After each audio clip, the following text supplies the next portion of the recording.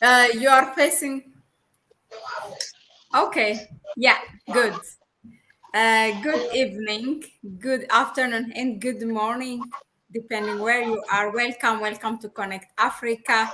We are here on our bi-weekly session, but this week we have been here all along with you since Sunday, and today is the fifth day in a row for us.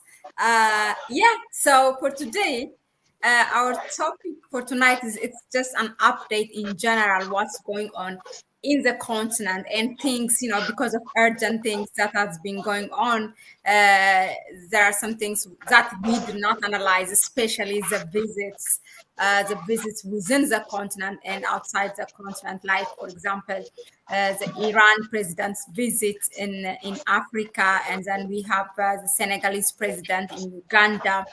We have the Zambian president in Ghana. So these are the kind of things we want to bring up and look at it. So as usual, our own Kwame Gonza is here. Welcome, Kwame.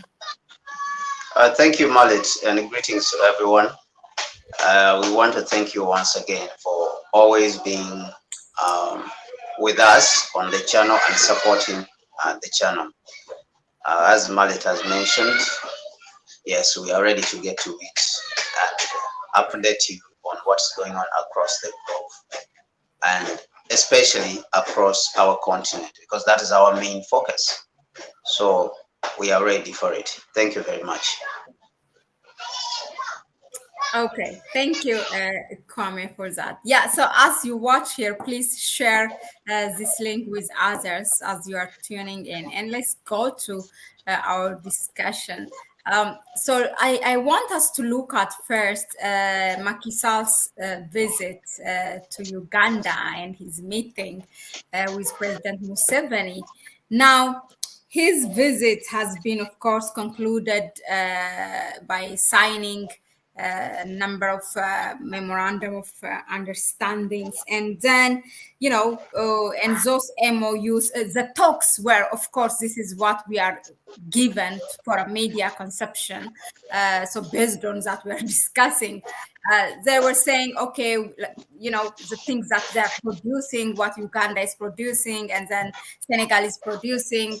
Why cannot we trade this, and why cannot we trade that? But all this, for me, allow me to say that it just seems like nonsense, because the very basic thing, this is not okay. If it was the African Union that it's talking about this, we would have said, oh, the African Union do not have power lies within the leadership of the sovereign states. But these are the presidents who can implement things. So most of the things are about trade, but the very basic thing for trade, for example, there is the African Continental Free Trade Area, but also more like 54 countries out of 55 have ratified, but the protocol of free movement of people have been signed only by 4 countries. So this will be an obstacle. So why? Tell us first of all your view about the visit, and then why should we take them seriously, with their talks? Because action requires really a real action on the ground. It's something beyond the standing ovation, beyond all those the rhetoric. Back to you, Kwame. Yeah. Thank you very much, Mahlet. President Macky Sall has been to Uganda for the last 2 days. He came there under the invitation of President Museveni, and of course they discussed a number of issues, some of which you have enumerated. But before that, President Museveni visited Senegal in 2022, which was last year, in the month of February. And after visiting Senegal, when he left Senegal, he came to Congo, Republic of Congo, which is different from Democratic Republic of Congo, Brazzaville. So he came there and had another meeting there. And during that meeting, they called it a mini summit, to which there was the president of the Democratic Republic of Congo. There was the president of Togo, Nazibe. Of course, the president of the Democratic Republic of Congo, we know him, is the president, Felix Tshisekedi. The president of Togo was there, Nazibe, His Excellency Nazibe. And then the president of Congo was part of that meeting. So they were about 4 presidents, including President Museveni himself. And the purpose of the meeting was for them to reflect on the security situation on the continent, especially what was happening with the coups which were happening in West Africa, in the West African region. So the moment Museveni left Senegal, that was his next stop. So they were discussing the various matters concerning the security of the continent, in East Africa, of course.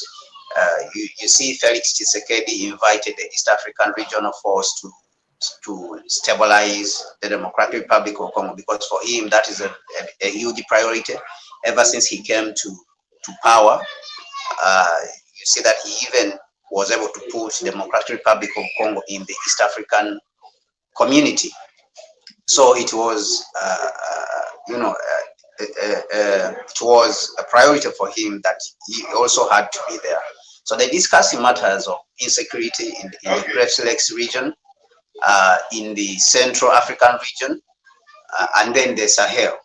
So that was that period. So I wanted to bring this out so that you can be able to see what is happening.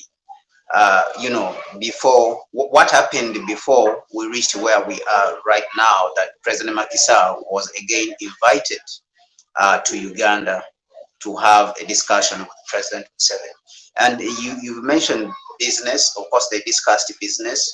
Uganda and Senegal, the business is almost non-existent. There's no goods you can say that these are being, traded between Uganda and Senegal. And it is not that the goods are not there. The goods are there which can be exchanged.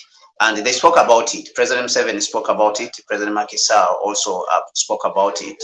When you talk about things like milk, Senegal is buying milk, even powder milk, from countries like New Zealand, I think, and Europe, countries of Europe.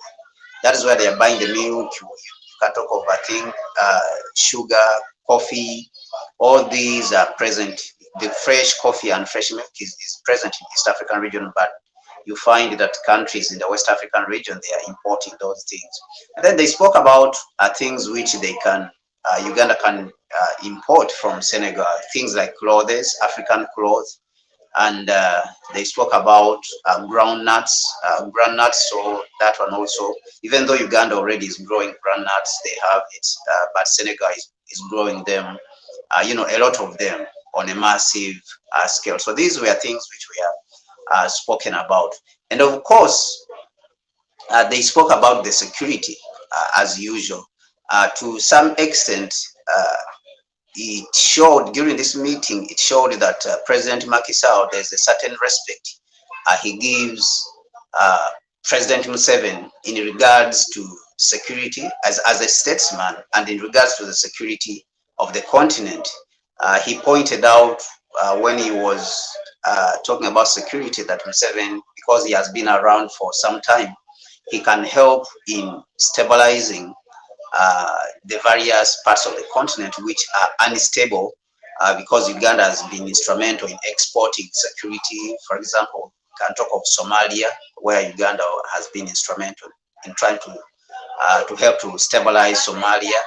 In Central African Republic, Ugandan troops have been there. The stabilizing of South Sudan, also Uganda has played a major role. And then right now, of course, you can talk of the Democratic Republic of Congo. Right now, Uganda has troops in the Democratic Republic of Congo as part of the East African Regional Force, which is there to try to stabilize the region. So on the whole, looking at the fact that there's currently no existent trade, even though in the past, with the previous presidents of Senegal, before Macky Sall, a couple of agreements, MOUs, memorandums of understandings, had been signed, and they had not been an existent, trade. So you would conclude that the meeting majorly, even though they want to establish the trade links and to trade in various products, you would conclude that the meeting was majorly about the security of the continent, because President Macky Sall mentioned the Sahel, which is a very big concern, which was a very big concern for him, and of course the coups which have been happening in West Africa, Mali, Burkina Faso, Guinea, also those ones are happening within the ECOWAS region, which is a big concern for him.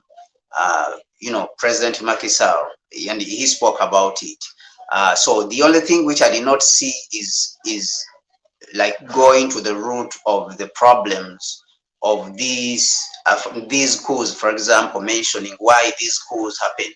I know that a lot of times these coups are spoken about as negative coups. When you are mentioning coups, immediately people think in the negative. They do not mention why those coups are happening.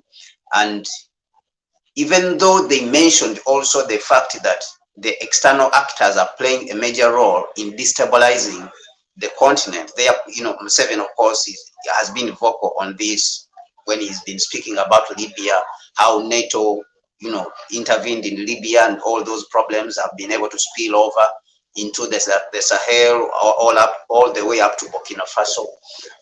They don't mention it strongly, even when you look at the other leaders. They have not been mentioning the fact that the external factors are playing a major role in this. And of course, also the fact that coups in places like Mali have been because the people are disenfranchised, and these coups have been backed by the population, the majority of the population, because of the disenfranchisement. So there has not been a strong recognition of the fact that the external colonial countries are playing a major role in destabilizing the continent because of their interest. And so they have held a big chunk of countries, a good number of countries in the West African region hostage, to colonial policies. I think this is something which needs to be mentioned more clearly, so that the African people can be able to understand what they are fighting against. And I think this would also help the African leaders themselves, to be able to point out that this is the challenge we are facing. We are facing a lot of pressure from colonialists, and this is what is stopping us from acting in the interest of the African people. But these are things which were not mentioned, but because of his expertise on security and on the continent and in Uganda, of course, and the Great Lakes region, this is why they have been seeking his help. And I think that this is why President Macky Sall was invited. And of course, there's also on the other side the recognition that the world is changing, and Africa needs to act, together. But there's a lot of, I feel like there is a lot of lack of determination. There's lack of determination within the group, even itself, of African leaders who have recognized that Africa has to do something different, going forward, looking at the times we are living in and the period in which we exist, at this moment in history. So I think that the meeting was majorly about the security of the continent.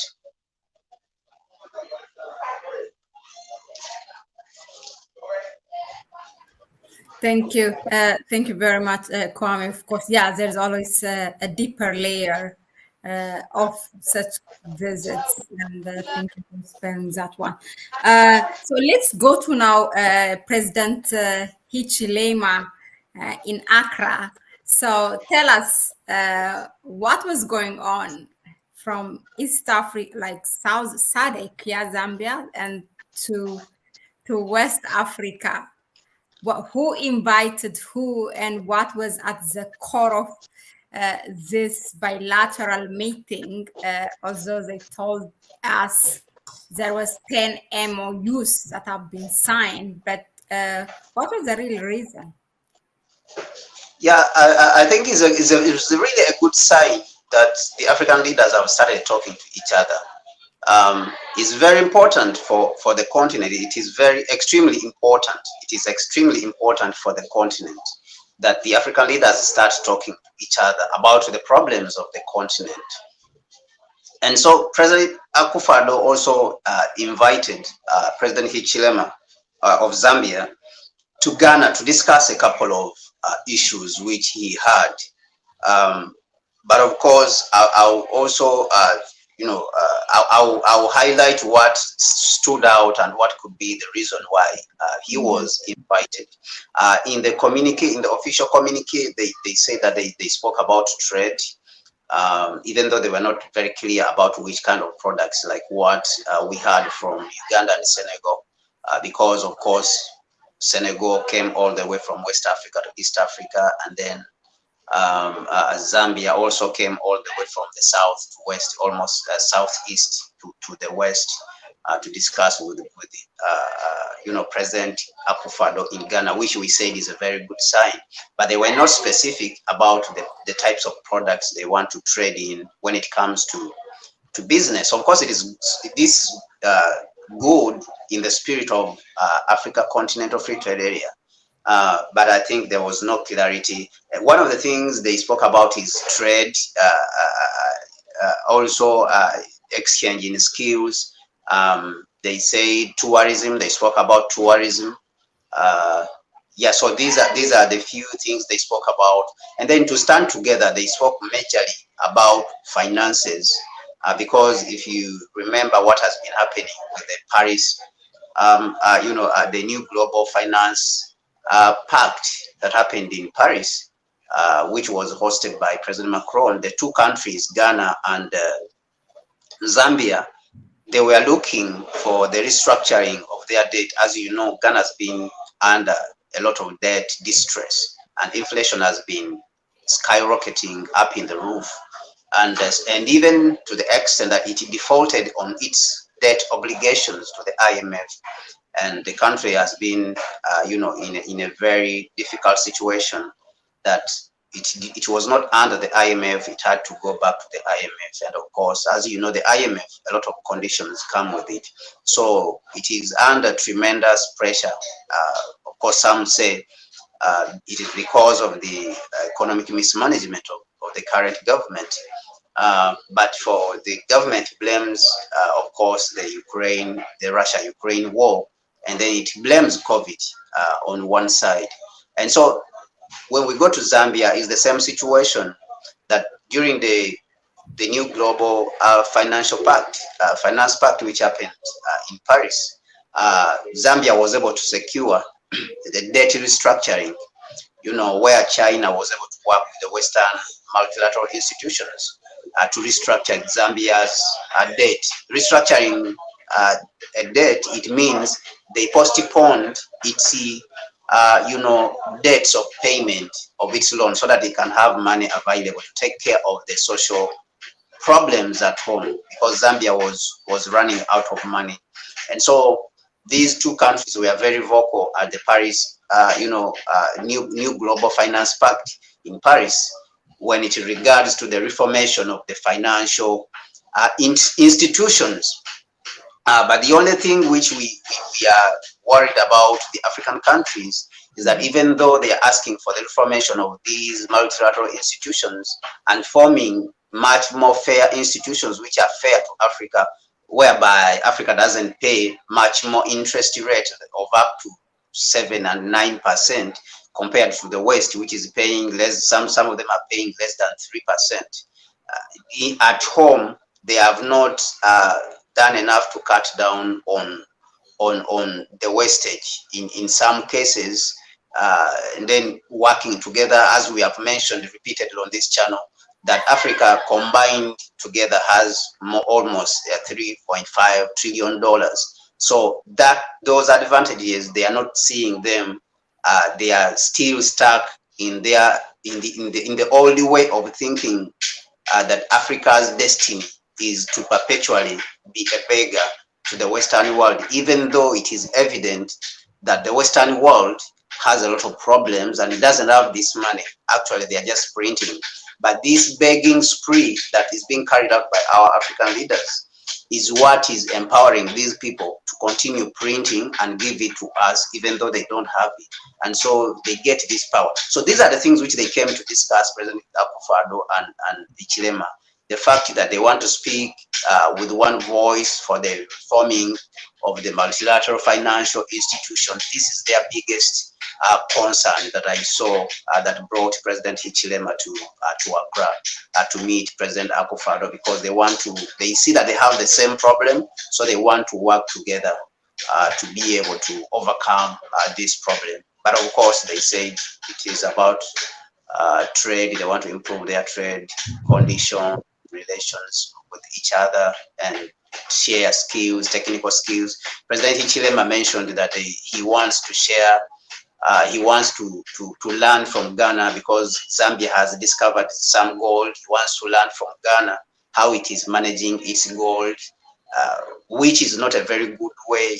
Ghana is really not managing its gold very well, since there's a lot of pollution of the environment, and majority of the communities where the gold is being mined, they are impoverished communities. So I really can't say that Ghana is really a very good example to learn from when it comes to managing, the gold resources. And if you look at the earnings, how much Ghana is making from gold, I think it is around 7% of the total, profits that are being earned from gold. The majority, 93%, is being taken by the Western world and those corporations. If you read the book which was written, and the book is called The Looting Machine, it gives you a picture of what is happening in the gold industry in Ghana. So these are the things which he said that he came to share with Ghana, to learn from Ghana, to seek technical expertise and experience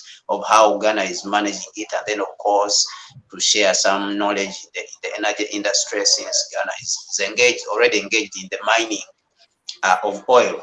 The drilling of oil, the oil business. Ghana is an oil producing country. So these are the things which he spoke about. But the highlight, I think, for me, was the issue of finance. It was not really something. There was not really something substantial that he really came to do. But they wanted to see how they can collaborate on the issue of solving the financial problems, maybe to share notes on that. Thank you. Thank you very much, Kwame, for that. Now, let's go to the Iranian president visit to 3 African countries, which is Uganda, Kenya, and Zimbabwe. Now, this is after 10 or 11 years, I think, the first time being visited by Iranian government. And the things, he described the continent, I don't know whether when he was meeting William Ruto or Museveni, as the continent of opportunities. As we know,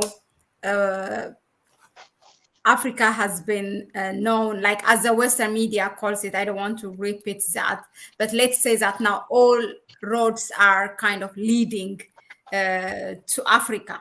Then whether our leaders are going to use that for good or allow themselves to be manipulated, that's something else. That's something to be seen.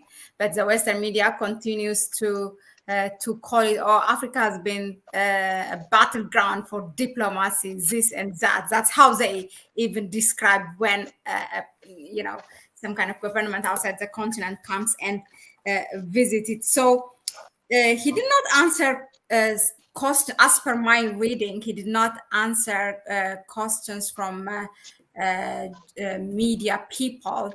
How do you view this? Is it something Iran trying to show, because they have their own sanction also from the US-led West, to say that I'm aligning with Africa, or is it really something with the interest of economy, trade exchange?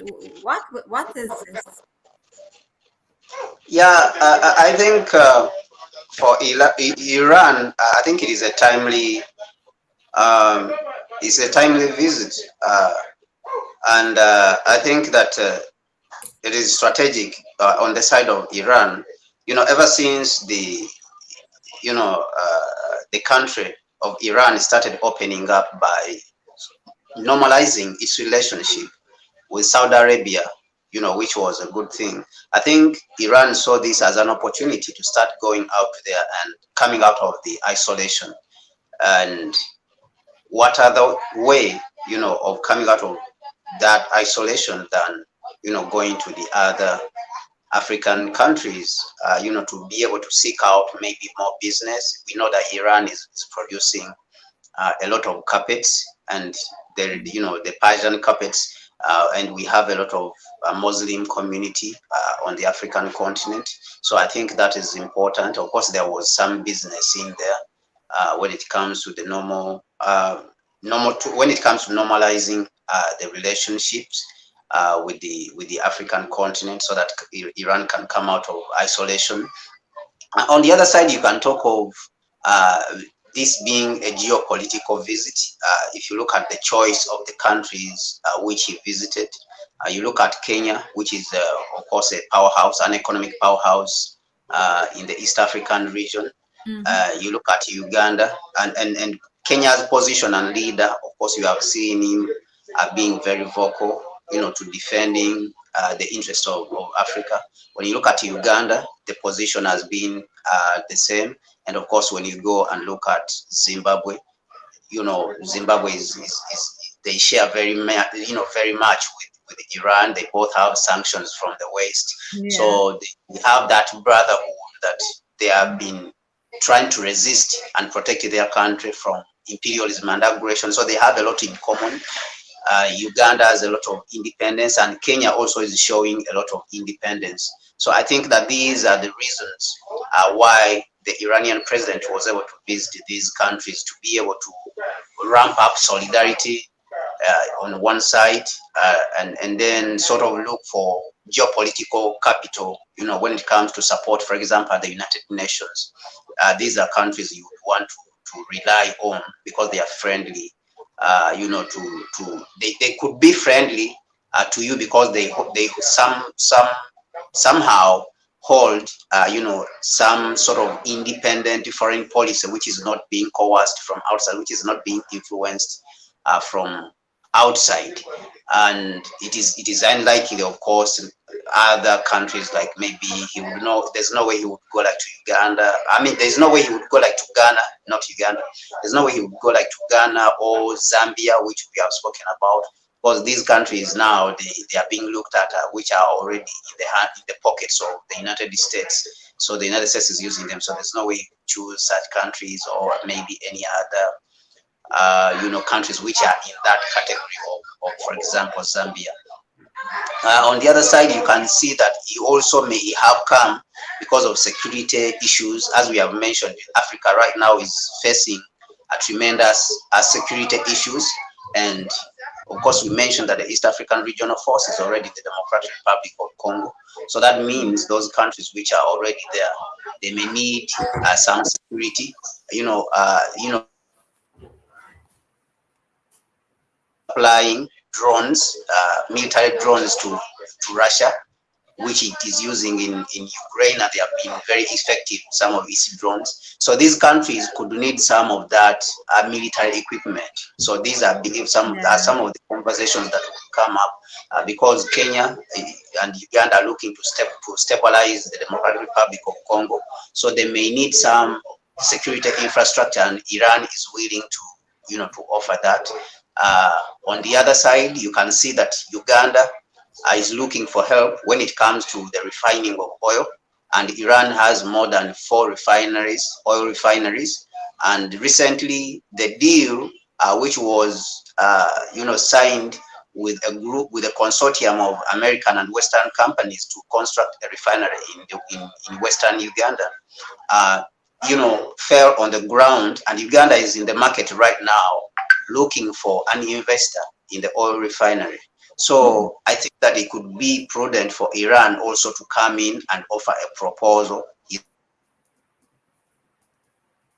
and investing, and it will be an opportunity for Iran also to diversify its investments out of its country, to other places. So you see that it is possible that it could offer, it could make an offer of investing in the refinery, which is in East Africa. So I think that this could be some of the conversations that were going on. Security, some serious business in there, but mostly security, drones and other weapons which Iran is manufacturing. Yeah, so I believe that these are the conversations that Iran may have brought on the continent. Thank you.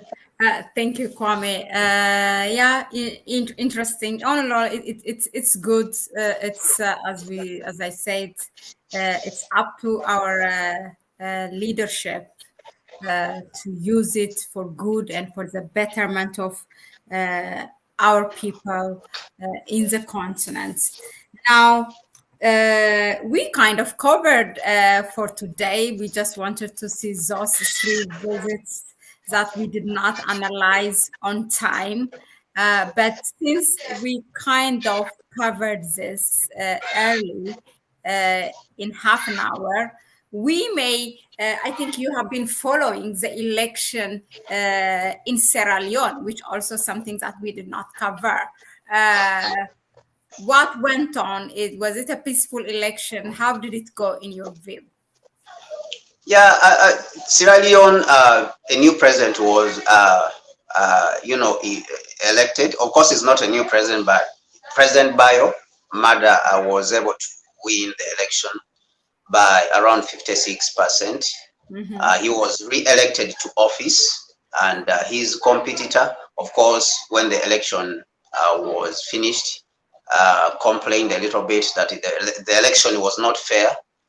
This was a complaint that was raised. As you know, the African elections, even Raila Odinga also was complaining that the election was not fair in Kenya, but he won the election. But if you look at Sierra Leone, is a very small country, and I've been there. I've been to the country. I've visited the country before. It's a country which was confronting a civil war until 2021. 2001.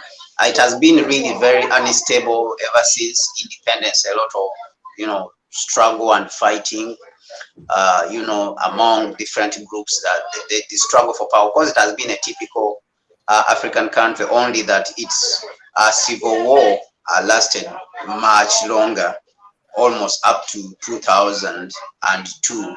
That is when the country started coming back to start to work. So the country is facing tremendous challenges, economic challenges, of course, and inflation, as you know. Infrastructure, they are really struggling with infrastructure. Is in big problems. The country is around, I think, $4 billion. That's the GDP, the total GDP. So yeah, it's really facing a lot of problems, and is a typical country which African country which actually symbolizes the need for unifying Africa into a single state, so that we can be able to work with each other as Africans and be able to advance the continent rapidly. So that is what I can say about these particular elections.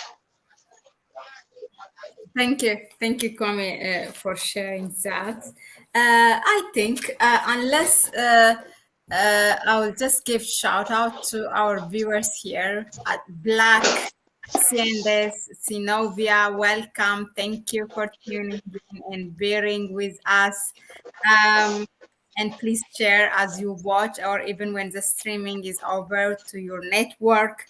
I don't see any question or concern for today that I need to read from the chat section, unless you have something to add, Kwame, for me. I know my, even when I talk, I feel it. Like I'm in my low key because what I have been, sometimes consuming from media and reading, sometimes it just makes you, oh, this one is good for Africa. It just boosts your energy. Sometimes it just brings you low, And today I'll tell you what I listened about. We did yesterday quickly for you, like a 20 minutes thing when South Africa said, confirmed that, okay, President Putin will not be attending Brics summit. And today I came across that President Macron might attend the summit. And when I dig a little bit further, and then when you see, actually there are things, these Western media, they tell you what they want and they don't tell you what they don't want. Some things they keep it low. For example, me and you, the other day we were talking about, not here on the platform, but I think via our phone conversation, was it the Dutch government, the Netherlands, were in Namibia and also in South Africa. It was really at the same time when it was hot about, they confirmed about the Putin's attendance. And then today I see also the Finland prime minister or foreign minister was in South Africa and one other Southern African country. And it was around the same time. So you can see really, I mean, they don't have to tell us, you just have to connect the dots that the US, which uses these European countries as its messengers, I don't know what to call them, sent out, okay, you really, for me, I think, because yesterday in our streaming we have been contemplating, but it looks like for me that South Africa really has bent down for the Western pressure for this US led West, and that really breaks my heart. Yeah, that's why I'm so low. Yeah, and the there's a presser which came out, a press statement which came out from the EFF, and what EFF mentioned is that there was threats on South Africa for the imposition of sanctions because the Western world has a lot of business, and of course we have spoken about this imposition of sanctions, trade sanctions. This was the threat that was raised, and South Africa, I think, was able to cave in. And then the removal of South Africa from AGOA. And I think maybe the ANC is not ready. It's not ready. This also shows me that it looks like it is not ready. It may not. Maybe it may be strategic what it is doing, but it may not be ready. If it gives in, as it has done right now, if it is not a strategic move, then it looks like it is not ready to take back the land. It may signify that this pressure is giving into this pressure. And this, in the long run, actually will affect the party, and the EFF will continue to gain. And if EFF itself doesn't, continue to hold on to the fact that it will, push the narrative that it will bring back the land, it could be dangerous for all of them, both the EFF and the ANC, and the DA could be propped up in the country to the point even of stealing the election, as you are seeing that the ANC's share of the elections, of the support in the country, has dropped drastically. So it is very possible that this can be used as a pretext, and the elections can be rigged for DA by the Western world in some way. So I think that it affects the party and the interests of the African people in the long run, because if ANC is removed and DA is brought, that is colonialism 2.0, not only for South Africa but the whole African continent. It would be very, very dangerous, extremely dangerous for the African continent.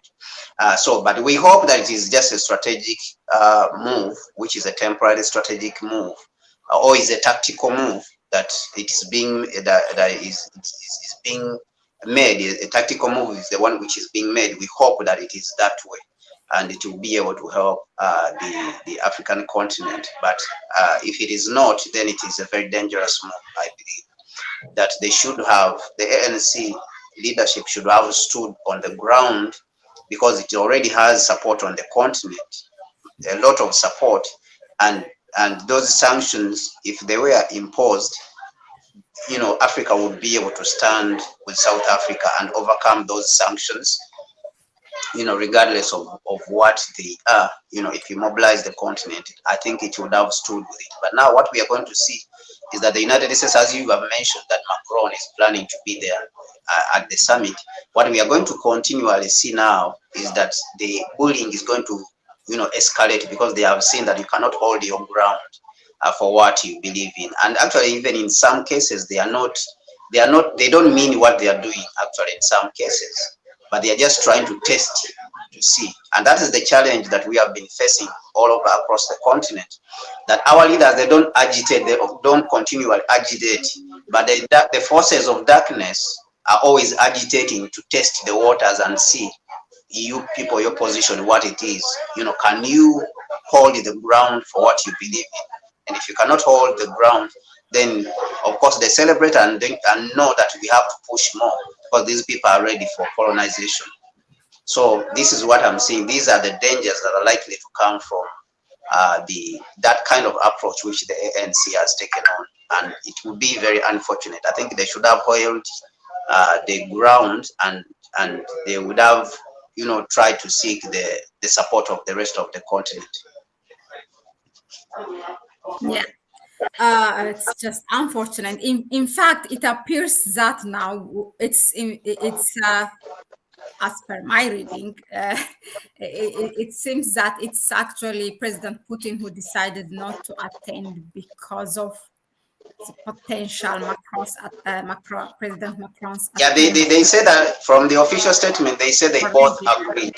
They say they both agreed from the official statement. But I think Putin also might have seen how they were wobbling, and they are not in one position. They are not standing in one position, and making it clear that we have a right to do this. The ICC is not in our constitution, so it cannot have jurisdiction over our constitution as a country. So even though we signed, but we have a right to alter, but you've been wobbling and saying you have given diplomatic immunity to all people who are going to attend Brics, and then one side you are saying you are begging Putin not to come, and all this. So it shows that you are not strong in your position. You are not really determined, and you are not holding strong what you believe in. And this is a recipe for bullying, because this is what imperialism likes. Once you stand like that and you are not firm, then you are opening doors for more and more bullying. So it means the imperialists will think that what you were saying before, you did not believe it was not true. So they will continue to reverse even the gains you had made. So I believe they should have stood, if they had imposed the sanctions, I think this would have been a very good thing, that if they impose sanctions and remove you from AGOA, you take back the land and give it to the African people. Yeah. I think it would have been a good thing, and then you mobilize the rest of the continent.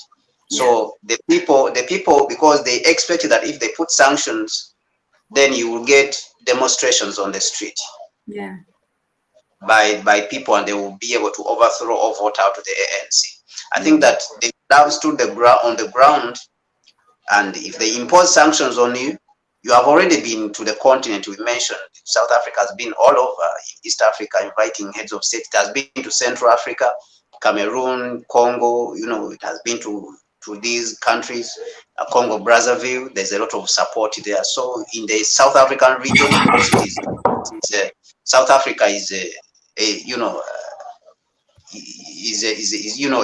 looked at as a leader. Is already a leader. Is a juggernaut.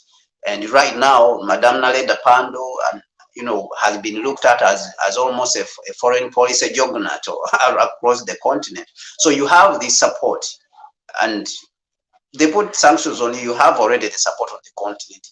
take back also the land and teach them a lesson. I think this is where we would have seen that Africa now is gaining confidence in itself. But now it looks like the confidence we are gaining now is wobbling. We are not firm. So it's unfortunate. But the moves which should have been made, I think they are there.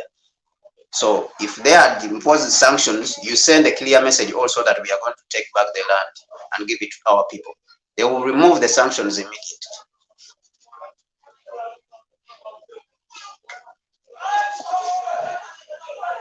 That would have been really a very tactical move that it will allow them to do what they have been waiting to do. They just have to play their chase.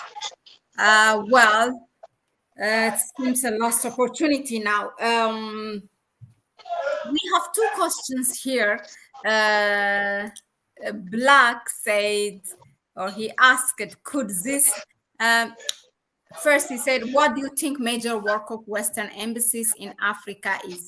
One online media recently accused them as a destabilizing forces that works in shadows to organize the overthrow of governments. It's, I mean, obviously.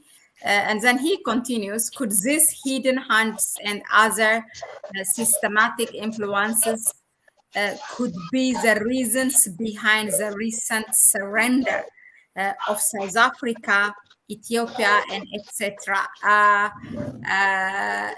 Yeah, that's one question by Black, and we have another one from CNS. But just to address it here, I think for what Black asked, definitely this is obvious. This is what the Western. I mean, you can take an example. For example, during the war in Ethiopia, what the U.S. embassy and others, even international organizations, not only diplomatic missions, but the so-called international organizations that have been posting TPLF reached here and that, evacuate your citizens, all those terror propagandas. So they were basically propagandists for the Western media, for their government, not doing. It's not only for diplomatic mission purpose. They're there. Unless Kwame wants to add on this, I'm gonna move to the second question. CNDS, he asked, would you like to hear? I would like to hear your take on Museveni and Sall pointing out the need to share closely on intelligence and security among African countries. Maybe you came late. I don't know CNDS, but this is exactly what Kwame said. The deeper layer for their meeting is regarding security. But I will leave that for Kwame if he wants to add. And then CNS added, Putin choosing not to attend the Brics summit takes a lot of steam off the summit. Really? Okay. One by one. Yeah, to the first. Do you want me to repeat or you are okay? The first one, what did you say? The one that Black asked diplomatic mission serving as destabilizing. Absolutely, I think the of course, when you look at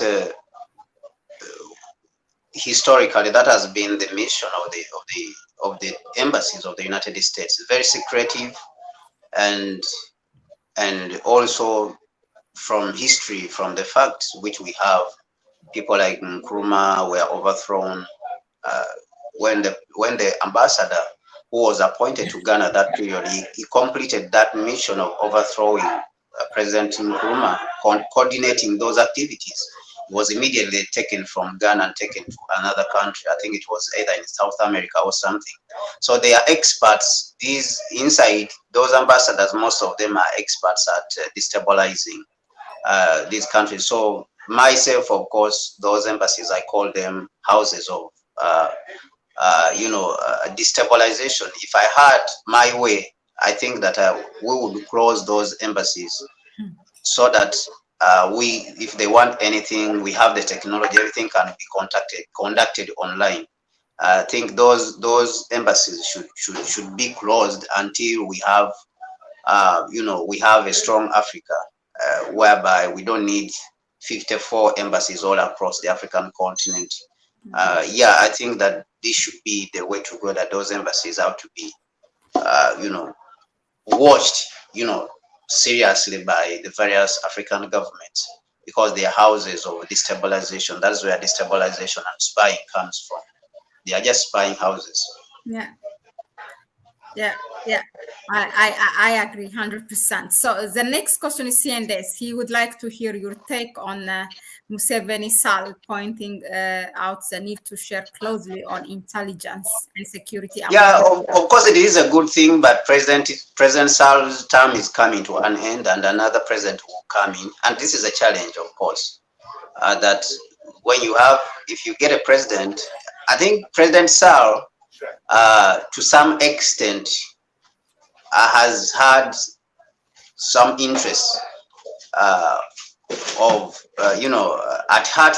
He has had some way of being interested in the affairs of the African people. He has some African interests, and an inch of African interests at heart. If you look at how he has been operating across the continent, he is concerned, about this, and so he thinks that President Museveni, as someone who has been around the continent, he has been around on the continent for some time. He understands the continent, and he is an expert on security. Museveni is a military man who came to power, through armed struggle. So he has been, like I mentioned, to Somalia, and he has been able to stabilize Uganda, even though the West wanted to overthrow him starting 2006. They wanted to overthrow him and remove him from power so that they can bring other candidates like PSG, bring Bobby Wine.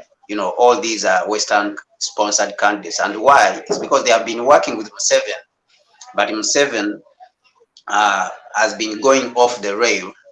He has not been moving, on where they want him. He has been going off the rail where they want him to be. To some extent, he has been working to try to have a legacy in the country when he leaves, and that they don't like it, of course. And that means if you are talking about having a legacy, then that means you are trying to work for the people. So, and they don't like that. They want you to give everything, do everything as they want. So they saw that he's big-headed. So President Macky Sall is seeing him as somebody who has that experience of dealing with this complicated situation of the Western world when it's putting a lot of pressure to be able to achieve something for the continent. As we mentioned, President Museveni has been vocal about the results, or about what happened in Libya, that NATO came there and overthrew President Gaddafi. And the chaos was multiplied all the way to the Sahel, to the point that it is affecting the West African region. And of course, Senegal is in the West African region. So it is very important that they share. The only thing which I see that they are missing, both of them they are missing, including Museveni, is that they are not understanding. They don't have the understanding of why coups happened in the West African region. And you see that the government in Mali and Burkina Faso, they are really tired. They were tired, the people were tired of France's influence on their governments, and the fact that these governments are not serving the interests of the people. And so the issue of unifying Africa to take care of and kick out to the imperialists who are influencing the continent, unifying Africa and kicking out the imperialists who are influencing the continent and taking it in a direction which it is not supposed to, the direction of exploitation. I think that is missing. They are missing that. They are not still understanding that people like Museveni, for example, he calls Nkrumah an idealist. Mm-hmm. So he says that Nkrumah was an idealist. An idealist means Nkrumah doesn't, the things which he was talking about, they are utopian, they are not possible. Nkrumah was talking about the unification of Africa. So Museveni thinks that the unification of Africa politically is an utopian dream. So you see that there is a lack of understanding there, the fundamental problems. Maybe there's an understanding of the problems, but understanding of the solution, which is supposed to bring about, stability of the continent and then rapid development, because the current instability is coming from the lack of development, and that lack of development is coming because imperialism has continued to hold a grip on the continent and exploit it. And the solutions all of them have already been given by Nkrumah. But now, someone who's being looked at as a statesman, as an elder statesman on the continent, doesn't understand that this is the solution. He thinks that you are supposed to go in and stabilize the place like Somalia and come out and leave it for them and let them operate it, and then let us come back and sit in Uganda and do business with Somalia. Normally, everything will be okay. That is his thinking. And he thinks that you are supposed to go to Democratic Republic of Congo, stabilize Democratic Republic of Congo, and leave Democratic Republic of Congo to do its own thing. It will be able to manage to do it. But when you look at Somalia, it was looking, I think, for I don't know whether it was even about $30 million. I don't think even it was up to $30 million. It was either $13 million to be able to pay the civil service. And the president, President Ruto was talking about it, and he was saying that how is it possible that all the African continent cannot afford this amount and give it to Somalia to be able to stabilize. So these are the problems that some of them, President Museveni doesn't see them. He thinks that you are just supposed to go in with a military solution and stabilize the place, and then the rest will take care of itself, which is not true. Once you do that, the imperialists already are going to still be there and come back and cause more chaos. And if you take this approach, then the problem is going to be perpetually unsolvable, because the imperialists are going always to be there, and their interests are never going to go back. So the solution is for us to find a way of unifying Africa politically and closing it off. Majority of these countries, which have 54 military bases across the continent, 54 embassies, they should be closed so that we have, each of them, they have one embassy.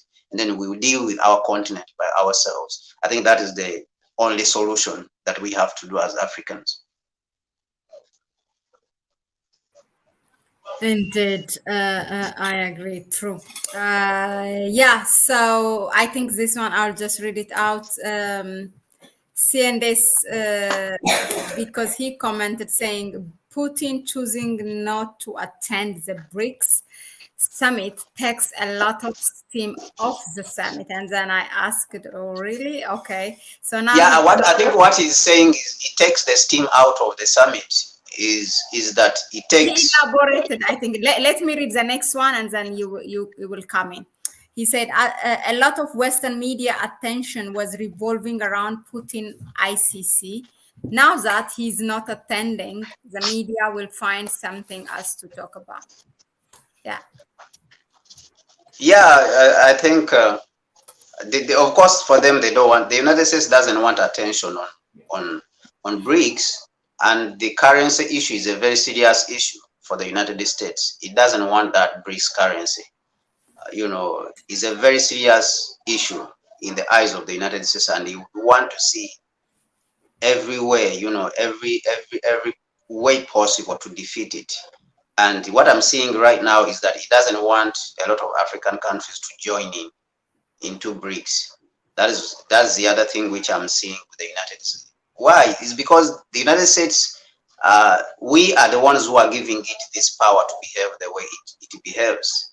Once we give in, like you see what South Africa is doing, you are giving it power to continue to molest you, to abuse you. Exactly. So this is what we are doing. When it comes to inflation, we are the ones who are giving them this power to continue to print and export their inflation. When they print dollars, they don't stay in their country.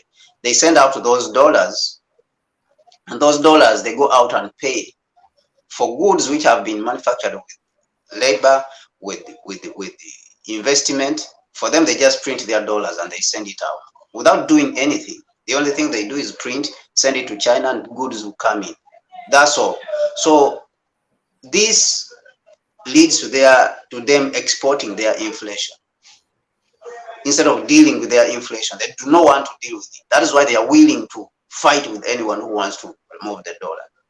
And then, of course, the exchange rates, when you use their dollar for benchmarking business as a benchmark for business, you are giving it power, because you pay even for the exchange rate, when you are trying to buy goods. So you pay for that exchange rate, as we saw the AFREXIM and the Africa Continental Free Trade Area mentioned that when they launched the Pan-African Payment and Settlement System, it will help Africa to save around $5 billion every year on just exchange, currency exchange, because it will remove the dollar from the equation when we are doing business as Africans. So the United States is very serious when it comes to the dollar. And because the war hasn't happened yet, because these countries are very strong, Russia and China, which are in the Brics, it doesn't mean that the United States is not willing to go to war. Of course, we have seen the provocations in the South China Sea. All these things are the reason, these war and provocations of China, they are because China is acting against the United States dollar. If China was a small country, like how you see Iran, the United States would have found a reason to move in and bomb Iran and destroy it, all of it. But because China is not a small country that you can easily do that, then they don't have an option. Yeah. Thank you. Thank you, Kwame, and thank you everyone for bearing with us, for tuning in, for your comments, for your input. Really, we are so grateful, and it makes it, for us coming here and delivering this also meaningful when we see you that you are engaged. And of course, we like it, and we're happy also when you correct us. So yeah, thank you very much, and we will see you again. We will meet again next week on Tuesday, or maybe we don't know if there's anything urgent. You might see us before Tuesday, but for now, from me and Kwame, it's have a good evening and have a great week. And don't forget to share this. And if you want to support us, to go to our PayPal account, which is in the description section, and show your support. So, ciao, ciao. Yeah. Thank you, Kwame.